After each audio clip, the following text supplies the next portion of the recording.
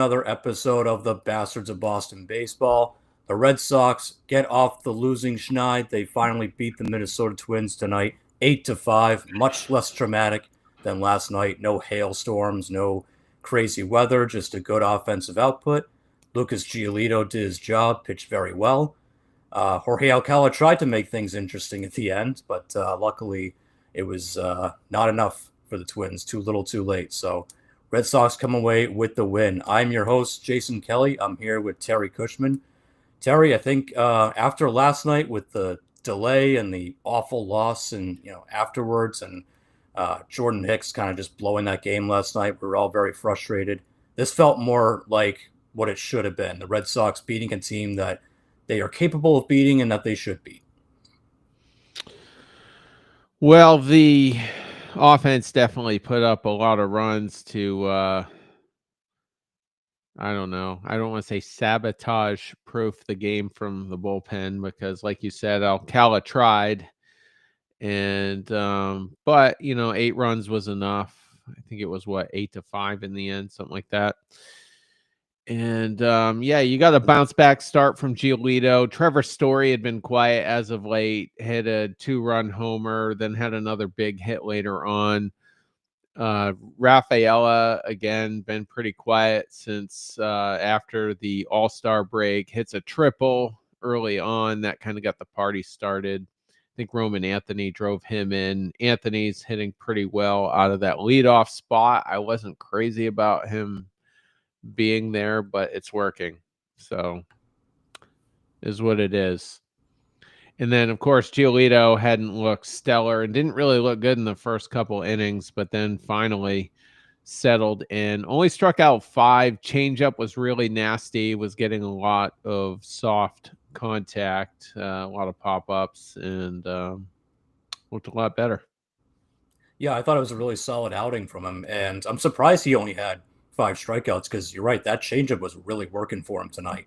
Maybe just wasn't getting the late bite, early on that he wanted. Like you said, he kind of didn't look too super sharp out of the gate, but eventually settled down and had a nice outing, and again went 6 innings. So I think that was, it's kind of what you want from him. You want him going deep into these games. You want him, kind of just keep them in it. He doesn't have to go out there and strike out 10 batters. If he goes out there and does what he did tonight, 6 innings, only gives up a run or two, doesn't need to pile on the strikeouts, that's exactly what you want him doing. And what's interesting is that now he's getting very close and he's on pace to reach that 140 inning mark. Obviously, assuming that he stays healthy, but I think Red Sox payroll, that Twitter account, I think they were keeping track of it. And over his next 10 starts, I think he's got 10 starts or so left.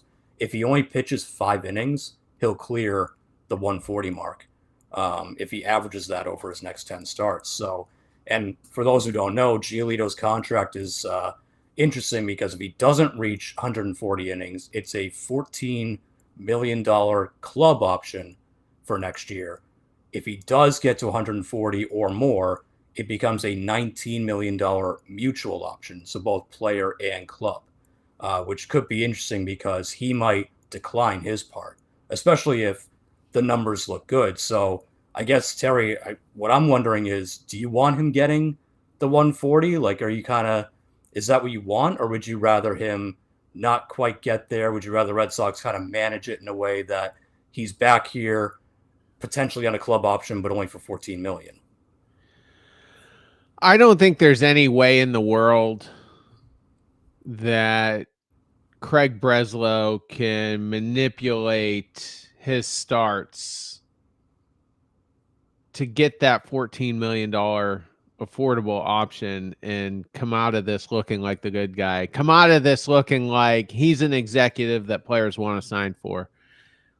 It's probably going to happen. He will exceed the 140. It's just a matter of health at this point. I don't think the Red Sox are going to mess with any potential bad optics here. And if it becomes a mutual option and you're a pro Giolito guy to keep him with the Red Sox beyond 2025, here's the bad news. not one player has or team has mutually agreed to that type of option since 2018. So Yeah. if he reaches it, it's his call. Now, if you want to be optimistic, he's not crushing it. I mean, he's not gonna get a Blake Snell, Jake DeGrom type contract unless he's incredibly nasty going down the stretch. If you know, if he's what he's essentially been, over the last handful of starts, serviceable, effective, even. Yeah, he'll get paid, but it's not going to be a painful contract. If the Red Sox want Giolito to stay in Boston with the Red Sox, they'll make it happen. And it won't be a painful type deal.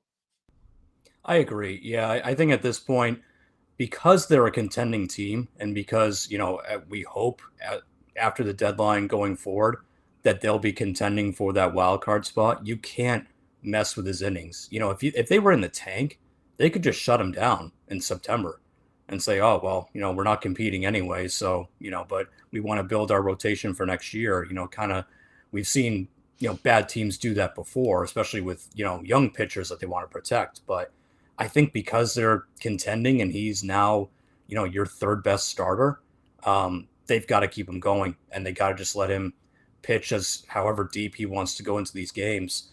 So, yeah, the mutual option is a little bit scary because, like you said, that since 2018, I mean, that's a long time. Usually, these players they opt out and they go to the free agent market because some team out there is going to get stupid and they're going to want to overpay, especially for pitching. Um, and Giolito's numbers are good right now. Like you said, he's not a Cy Young candidate, but they're good enough, and he's still young enough that he can get a better deal in free agency. If he ends the year with an ERA under 3.5 and the strikeouts are still up and he's not getting rocked, then yeah, like he could do kind of what Nick Pivetta did and go and get a multi-year deal somewhere. Now Pivetta's AAV is lower than the 19 million, at least going forward. He kind of front loaded that contract, but he could choose to do something like that and just choose to go somewhere that he's maybe more comfortable with, a bigger ballpark. Who knows? But hopefully he likes Boston. Hopefully he feels like he's kind of reinvented himself here and he's kind of rediscovered who he is, and maybe he just likes it here enough that he looks at that 19 million option and goes, you know what, yeah, that's fine, and bets on himself for another year. So either way, I think it's a good problem to have for the Red Sox because we didn't know what we were going to get out of this guy going into the season. You had no idea. He was a reclamation project, and typically those have not worked out for this team. And I think Giolito is one that, at least for now, we can say has worked out. We'll see how post All-Star or post trade deadline goes. Excuse me. But so far, looking pretty good. Um, yeah. A couple of things real quick. So, uh, on one hand, you can't really manipulate his innings because did you want Alcala coming in one inning sooner than he did? I just don't think if you want to win the game, you just need Lucas Giolito to be a 6 or 7 inning guy and pitching effectively. So that's another reason why I don't expect any manipulation. Secondly, I kind of want to see what he does in the next 10 starts because I kind of want him back. But what if he does regress? What if there is some regression there? And now suddenly maybe I'm not super motivated to bring him back. I don't know. If he gives you basically the same ebbs and flows over the next 10 starts as he did over the last, I don't know, however many it's been, what's he worth? Like, it's hard to put a value on him right now. He's not going to get a 6 or 7 year deal. I mean, you look at the contracts that Eduardo Rodriguez and Taijuan Walker signed for, which was about 5 years, 70 to 80 million, and maybe he's worth a little bit more than that. So let's just say 5 years, 100 million. Okay. He's got an ace pedigree. So what if you give him the 5 years, 100, but then give him an opt out after the second year? I would do that. Yeah, and personally, if he does give you this kind of similar output over his final 10 starts, if you're the Red Sox, you agree on that option, right? He passes the 140, you accept the club option, you see what he does. And if he does opt out, 5 years, 100 million, I mean, I wouldn't hate it. I don't know. Yeah, if you want to put the opt-outs in, I think players typically like that. So that could work. That could absolutely work. I don't hate it because at the end of the day, like the starting pitching depth is still not there for this team in terms of what you've got in the minors. Like Richard Fitz, who knows what his future holds now? It sounds like the team is really down on him after that last start. Hunter Dobbins, I like his mental makeup, but I think he's very raw. And, he's really just, if anything, he projects as a back end starter in terms of the highest potential. You've got Peyton Tolley, who is, dealing down in Double A, but he's still pretty fresh. Like, I don't want them rushing him up to the majors just because they didn't want to pay a guy like Lucas Giolito. So they've got some interesting pitching prospects. They just drafted another kid in the first round this year, this Kyson Walderspoon. Um, so they're starting to build it, but it's still not there. And Giolito, I think, is young enough, and as you said, he's got that ace pedigree. If they signed him to that kind of deal, I wouldn't hate it. I would like some opt outs built in, but yeah, I wouldn't hate it. I think they have to realize that, it's kind of beggars can't be choosers. They went so long without drafting pitching that now their pitching pipeline is it's starting to slowly get there, but it's really not at a point where they can just tell a guy like Giolito, who is pitching well for them, to say, yeah, no, we don't need you. We're just going to call up Peyton Tolley and hope for the best. Like, you can't be doing that. So it will be interesting to see how he performs over the final 10 starts, especially if he does pitch in the postseason, how that goes. If the Red Sox, hopefully, God willing, make it, and looks like they will. But I wouldn't hate that deal at all. Not at all. Yeah, it's like I said, it's hard to put a value on it, but I can't see it being this massive, unsustainable deal. I just don't. I don't see that happening. And I think he likes it in Boston. I mean, he was on record as recently as about a month ago saying, "Please don't trade me. I want to stay here. I'm comfortable here." And I don't think we'd quite gone on that run just yet, with the 10-game winning streak, but I'd keep him. And the other thing in the back of my mind tonight, because I didn't know how this start was going to go. I mean, this Twins team, they're not super competitive. There's not a lot of guys in that lineup that scare you. Carlos Correa wasn't available tonight. Ironically, the guy who replaced him tuned us up for 3 or 4 runs. Yeah, and then I think didn't he hit the walk-off last night as well? That was him. Yeah. Yeah, same guy. Maybe, maybe we can leave Abreu here and take him. I don't know. I'm not. I don't know what Lee's ceiling is or whatever, but anyway, Byron Buxton injured. This Twins team isn't.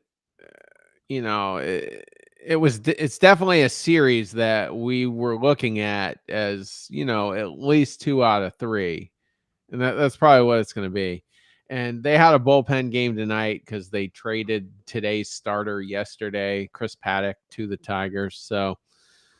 So yeah, you just need to stack wins here. But the one thing, as I was getting to, I took the long way to get there. In the back of my mind, I'm like, what if Giolito did scuffle tonight and possibly we lost?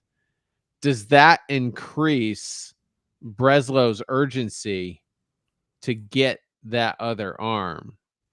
And now that Giolito didn't struggle, I just hope there's not a false sense of security with Crochet, Bayo, Giolito, and who's our fourth guy? Bueller at the moment. I mean, this rotation is kind of shaky from Giolito on back, coming into tonight anyway. So we need a starter. I don't think there's a path to October unless we do acquire. At least I'm realistic. We're not getting Joe Ryan, but you better get someone that's better than Charlie Morton. Yeah, absolutely. And Sandy Alcantara had his final start, presumably with the Marlins in his career tonight, and gave up no runs, five strikeouts. Wasn't like a scintillating performance, but that's a guy they should probably be targeting. I agree with you. I think Joe Ryan is out of their reach. I think Minnesota is also pretty much putting out the bat signal that they're not trading him. I think they're willing to trade a lot of other pieces, but I think they're going to try to hang on to Joe Ryan. So, yeah, they should be looking at another starter because it's a very top heavy rotation at the moment.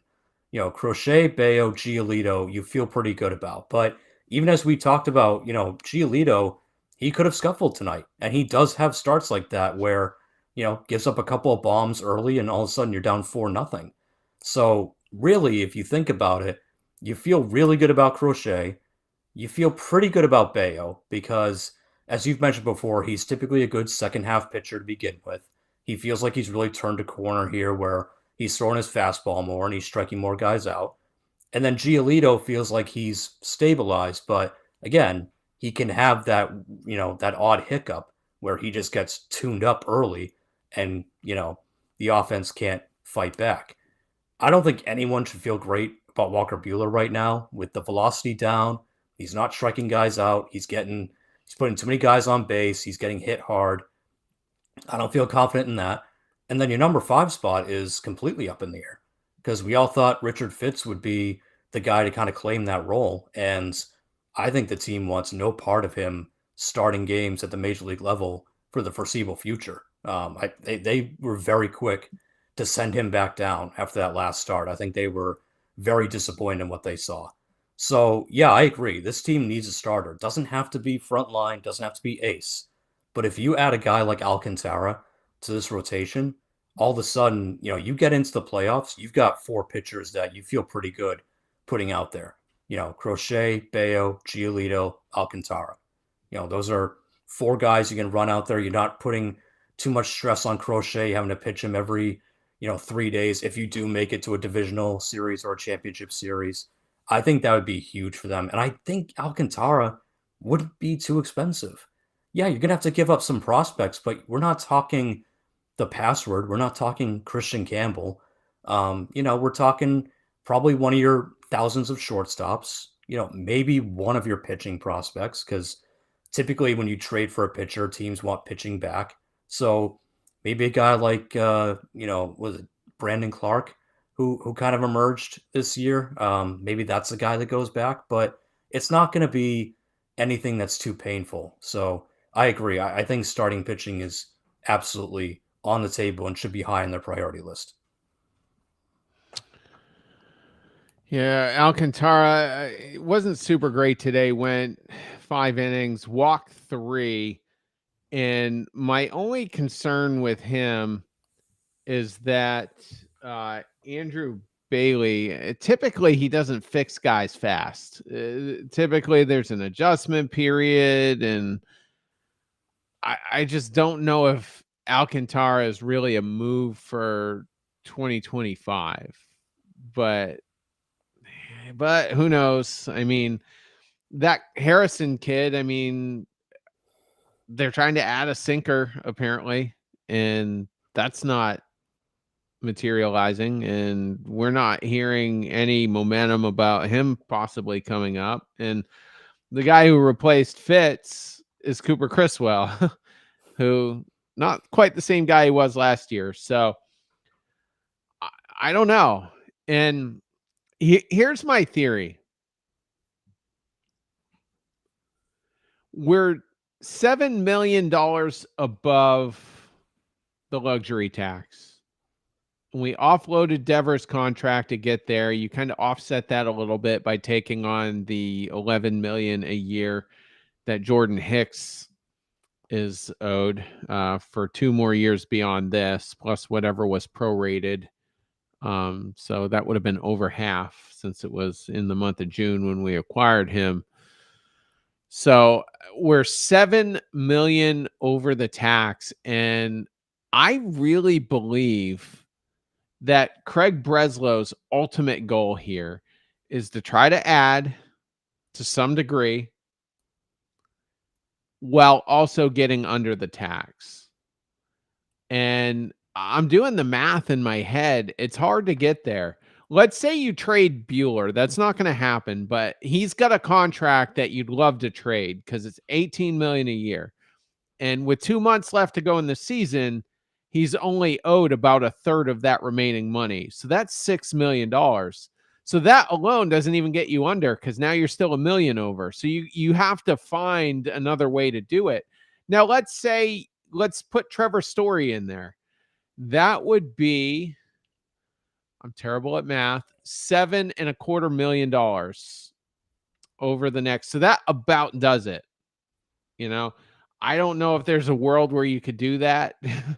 I mean, you probably don't win tonight without Trevor Story. And I don't know how they feel about Meyer. I mean, he should be back within the next week or two, tops, I would think. But I really believe he wants to get under that tax.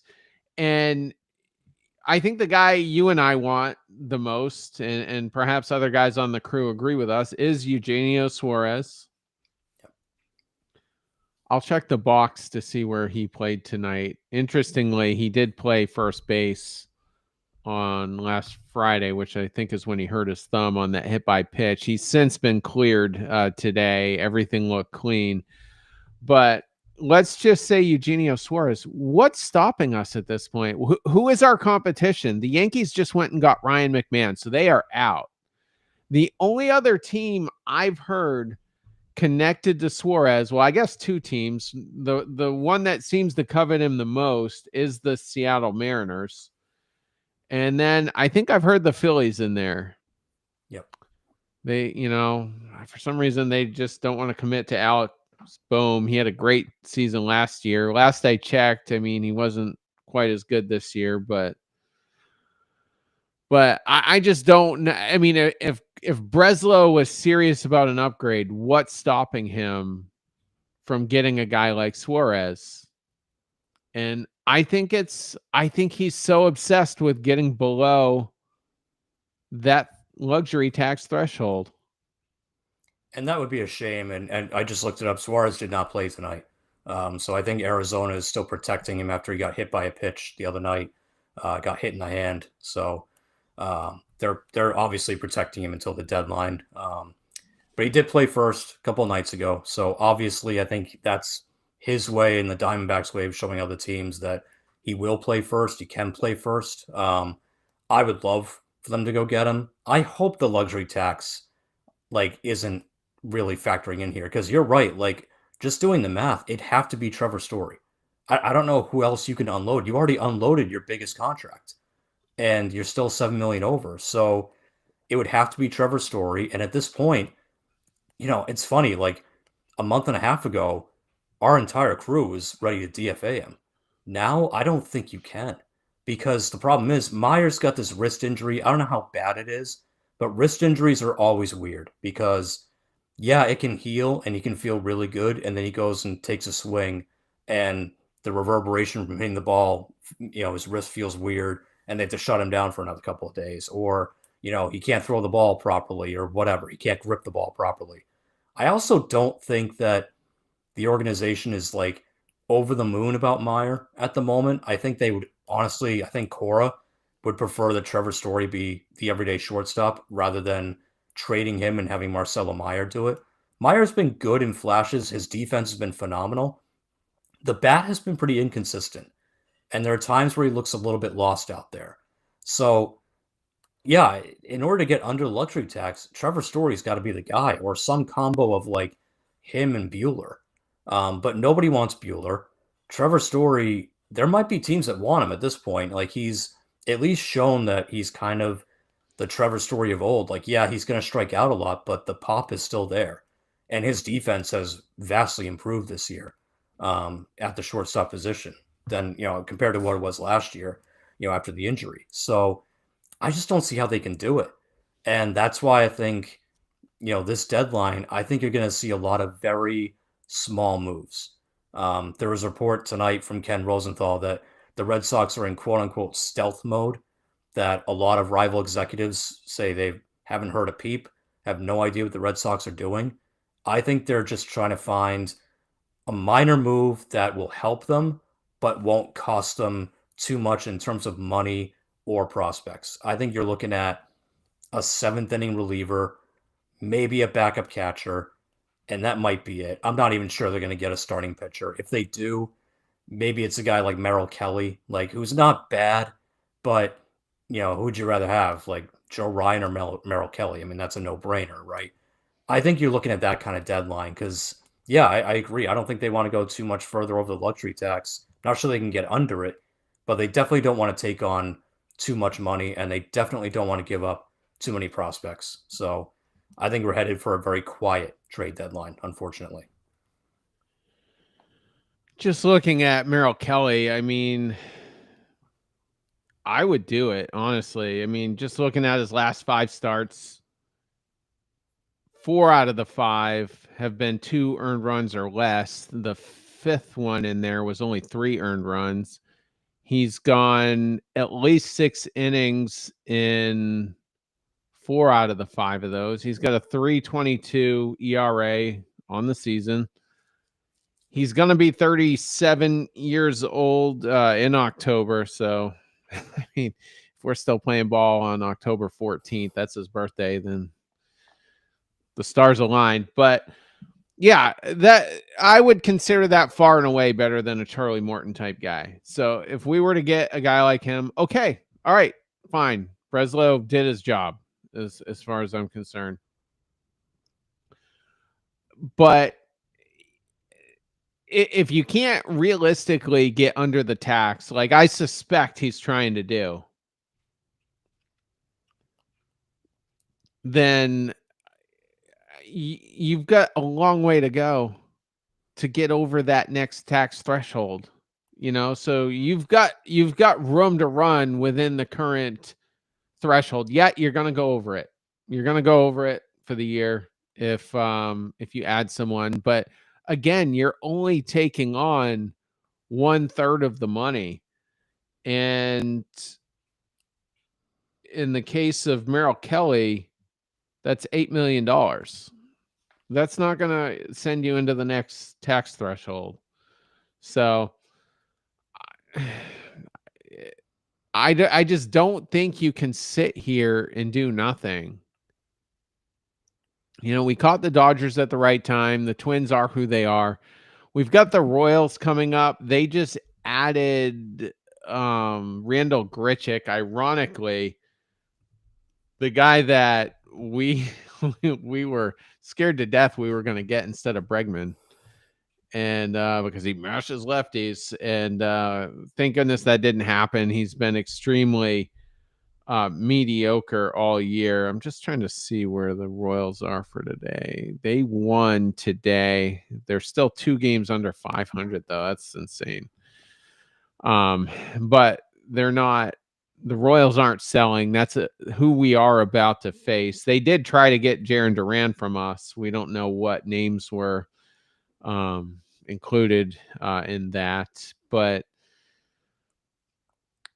I don't see. I just don't see how you can just sit on your ass and make a bunch of mediocre moves, being 8 games above 500 in an American League right now. Who are you afraid of right now? Detroit, I think, is finally starting to get it back together after losing 11 out of 12.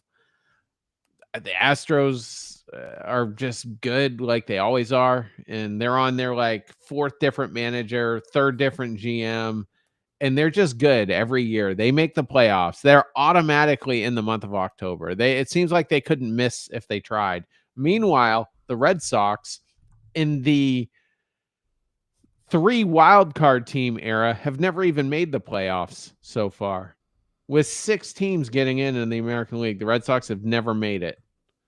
So I we're not acting like a big market team right now. We've got what, less than 48 hours to go before the deadline. Yep. I just, it's so ridiculous.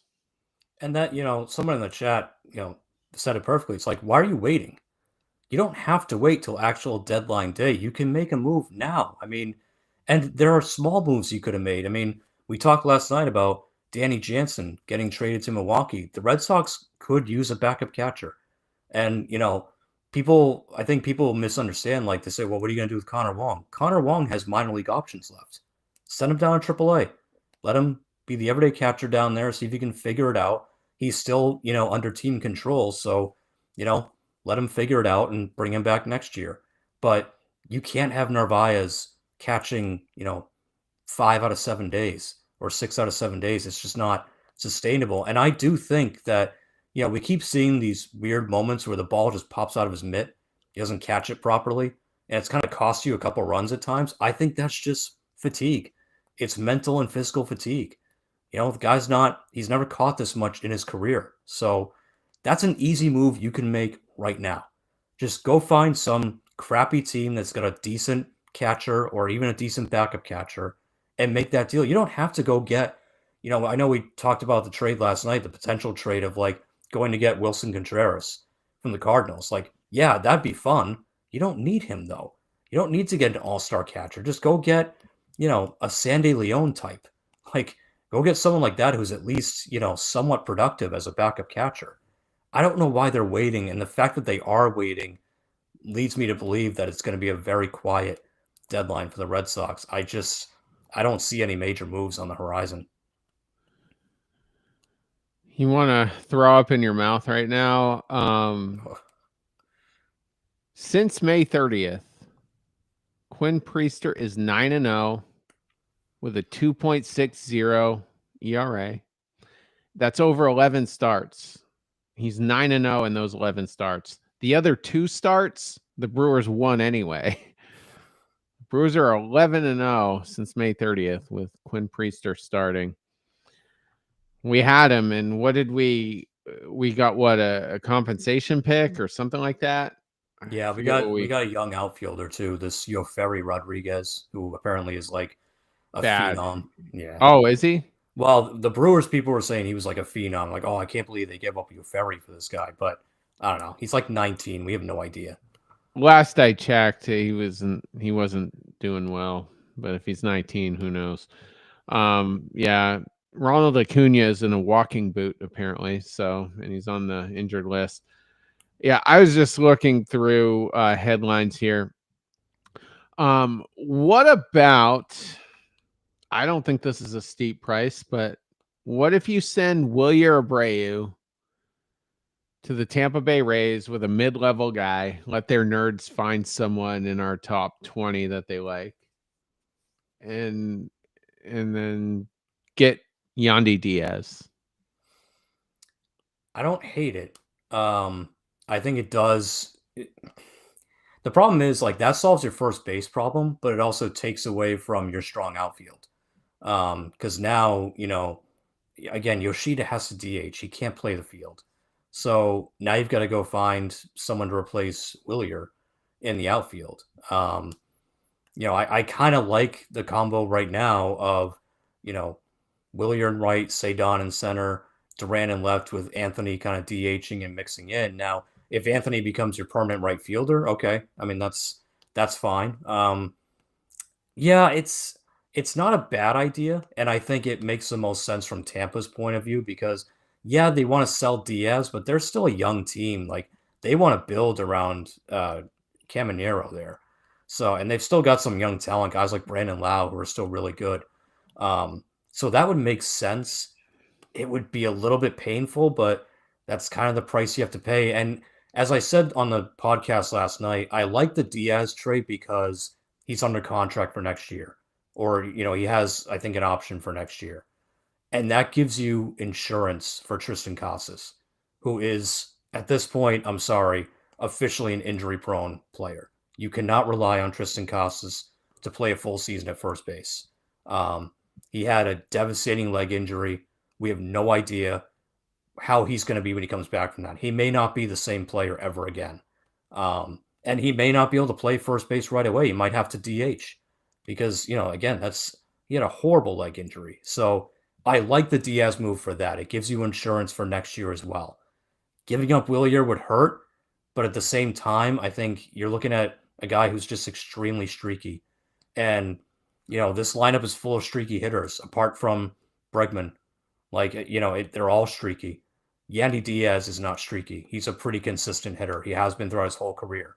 So I like that it kind of brings a little more consistency to your lineup. It's a right-handed bat, so it balances you a little bit more.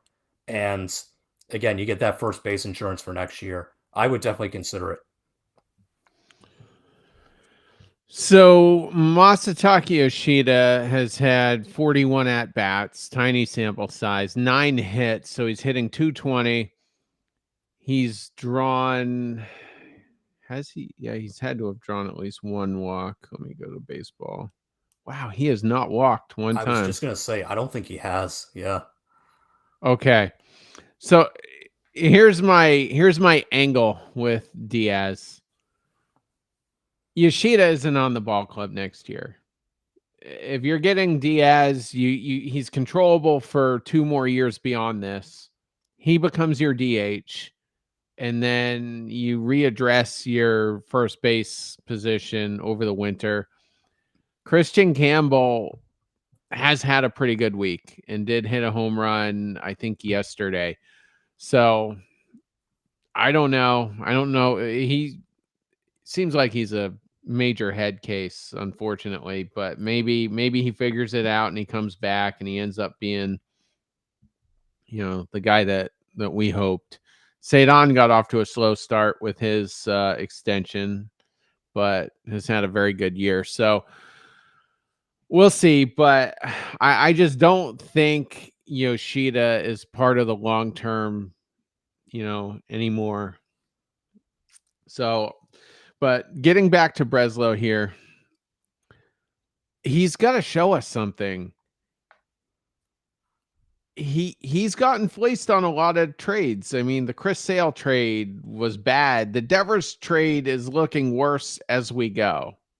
And there's a faction of the fan base that's just going to die on the hill. And they're going to say that was what was best for the Red Sox. And I think we're a much different ball club with him in the lineup right now. I think if you add a Devers and a Suarez type guy, the sky's the limit, I would say. And a Merrill Kelly type guy. The sky is the limit with 2 of those bats in there, with a guy like Anthony figuring it out, with a guy like Bregman really turning it up the last, week or so. And, if Cedon just kind of snaps back out of it, he hit a triple tonight. Duran seems to be showing a lot more life, just hit an absolute missile in one of the middle innings tonight for a 2-run shot. So I just think it's a different lineup, but we've got an executive in that front office who it's looking like a bit of analysis paralysis, like we saw the last several years. A guy that's doesn't seem to know how to be a big market GM or executive, whatever you want to call him. And if he doesn't figure it out in the next less than 48 hours, there's no reason for me to believe he's going to figure it out this winter and then next season be able to address the needs that we're going to have. Every July, you have needs. And this is going to be the second straight year he didn't figure it out. Yeah, you're absolutely right. He's got to show them something because I know people, and I don't understand why Red Sox fans and particularly the pro, everything is awesome Red Sox part of Twitter is like, well, people shouldn't care about the Quinn Priester trade. He was never going to do that here. Well, you don't know that. They obviously they traded for him in the first place. They obviously thought they could get something out of him. He's 23 years old. He was a former high draft pick, high prospect with the Pirates, and they just kind of gave him up. in a season where you could have used that pitching depth. So that one's looking bad. The Chris Sale trade, you're right, that's a complete disaster. So he's got to do something here at the deadline, and it can't just be, some no-name reliever from the Rockies or, some no-name backup catcher from Miami. Like, and we'll kind of wrap by doing this. I'm gonna ask you for your sort of ideal deadline. Like, what? Just give me three names that you want back. I think for me, you start in Arizona, you do one-stop shopping, you go get Merrill Kelly and Suarez. And yeah, you're gonna have to give up some prospects. You might have to give up Abreu in a deal like that, but you do it. You start with Abreu, you give up maybe a guy like Miguel Blaze and maybe one of your pitching prospects. Maybe it's Brandon Clark. I don't want to give up Tolley. I don't think you'd have to because Suarez is a rental. Um, but start there and then go get a guy like Griffin Jacks right there in Minnesota, who is an elite reliever.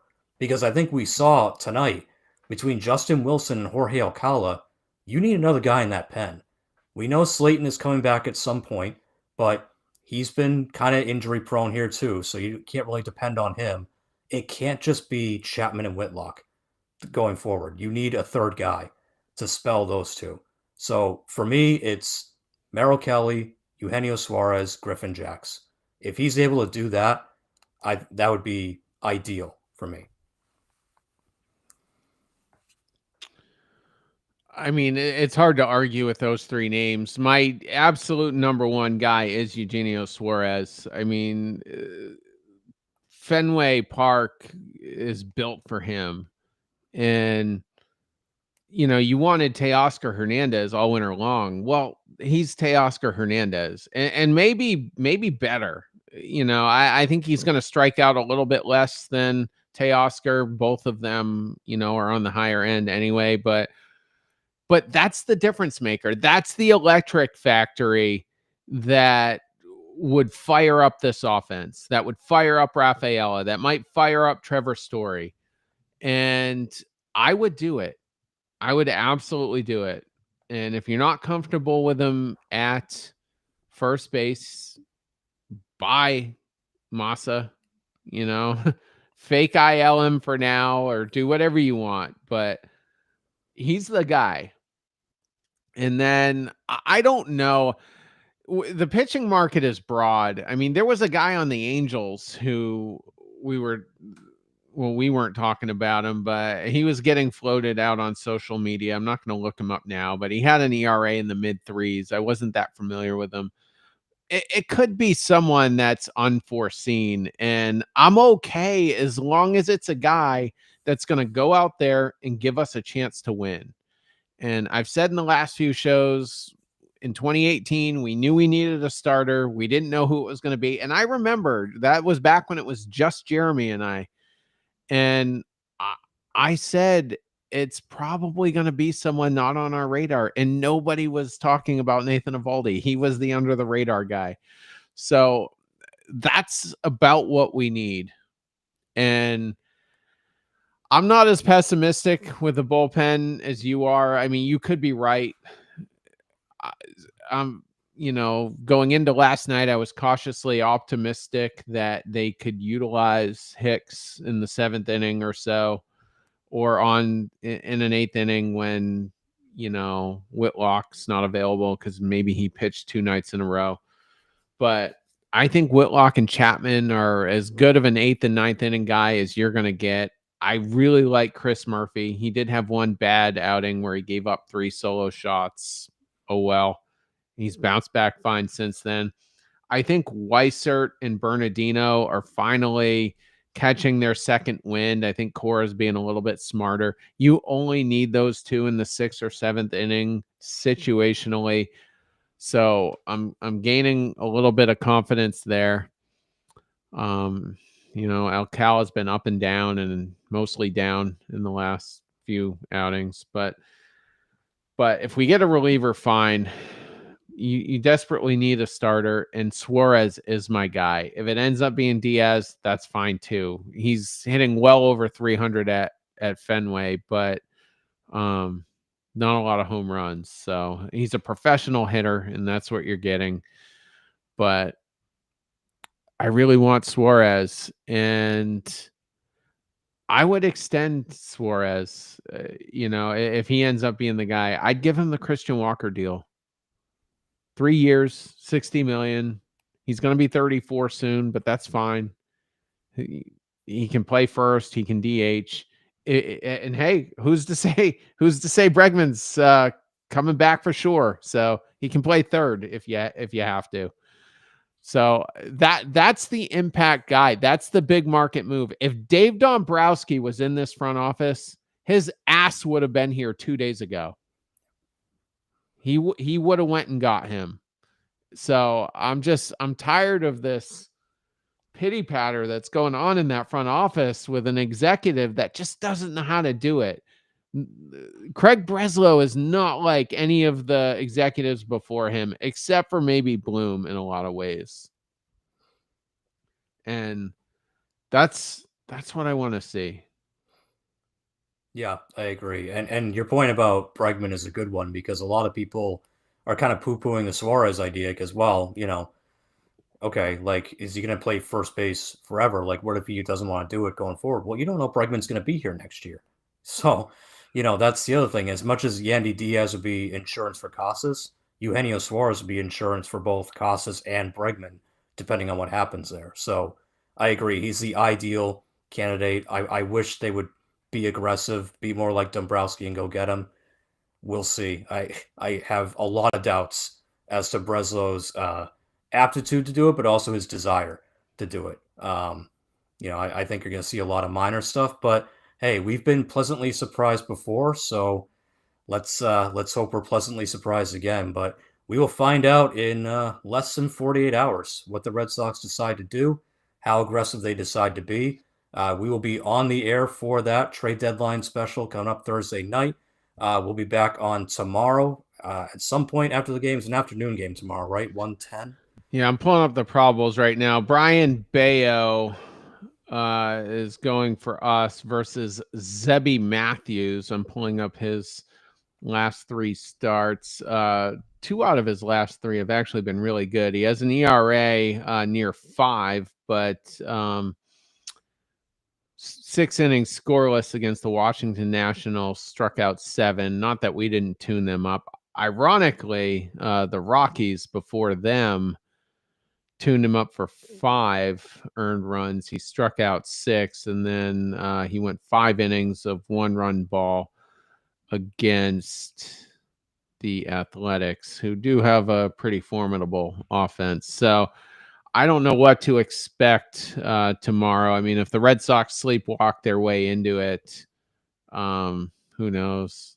If they have any anxiety about getting on an airplane, which could happen, who knows? But it's not a start they should take lightly. No, and it is Brian Bayo pitching a day game, so I don't know if he's completely shaken that little I think bugaboo. he has. That's not a thing for me anymore. So yeah, he's, I think he's arrived. He's never had a first half like he had this year, and he's always been a strong second half pitcher. True. So we'll see. Yeah.